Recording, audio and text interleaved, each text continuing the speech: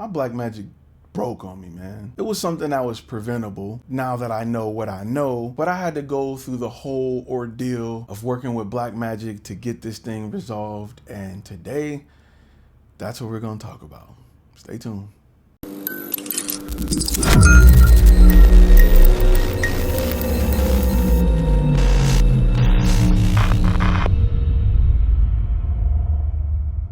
What's going on, guys? My name is Ty Turner. If your passion is photography, videography, or graphic design, and you want to turn that passion into profit, this is the channel for you. I'm gonna ask that you go ahead and hit them thumbs up right now, and let's get into it. Okay, listen, I've had my Blackmagic Pocket Cinema camera for maybe 2 months.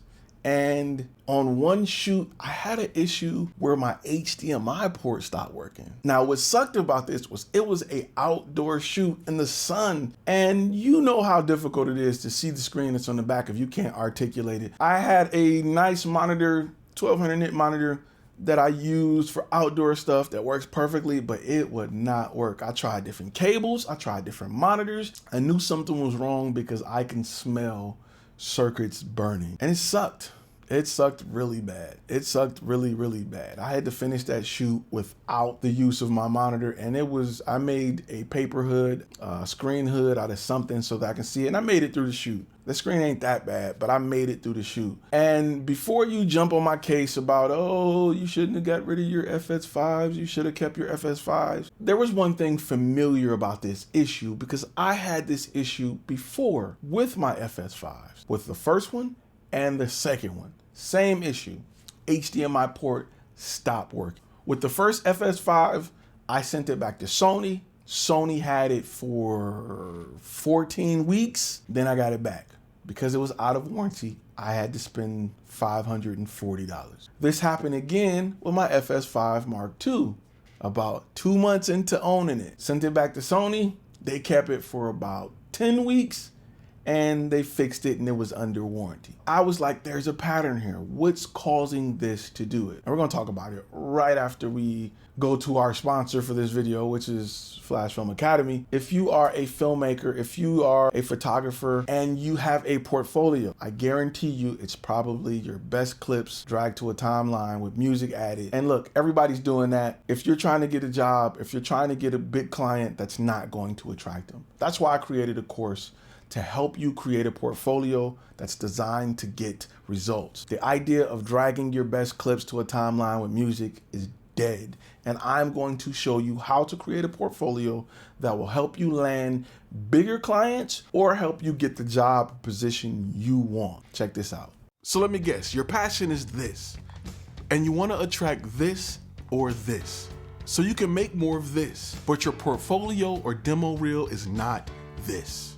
I've worked for these companies in the past. When it comes to finding a job or getting the attention of potential clients, a demo reel or portfolio with random clips and music won't cut it. And that's why I created this. The 5 key steps for creating an effective demo reel that converts. It's an online course designed to show you how to market your skills and past experience and create a video portfolio that's designed to blow away your competition and 10x your results. Remember, if you can't tell your story, how do you expect someone to hire you to effectively tell their story? Enroll today at Flashfilm Academy. It's time to turn passion into profit.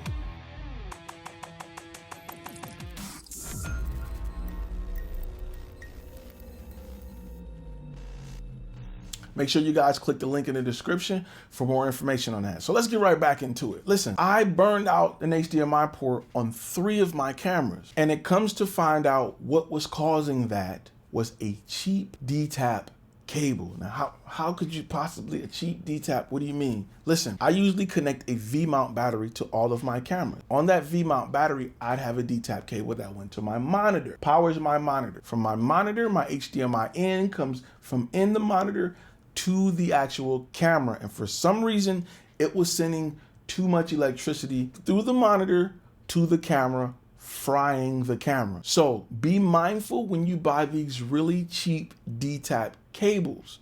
Check the reviews and make sure you avoid the cheap ones at all costs. I would tell you to go with a name brand if possible. Now, Let me tell you how Blackmagic handled this. I contacted Blackmagic on a Tuesday.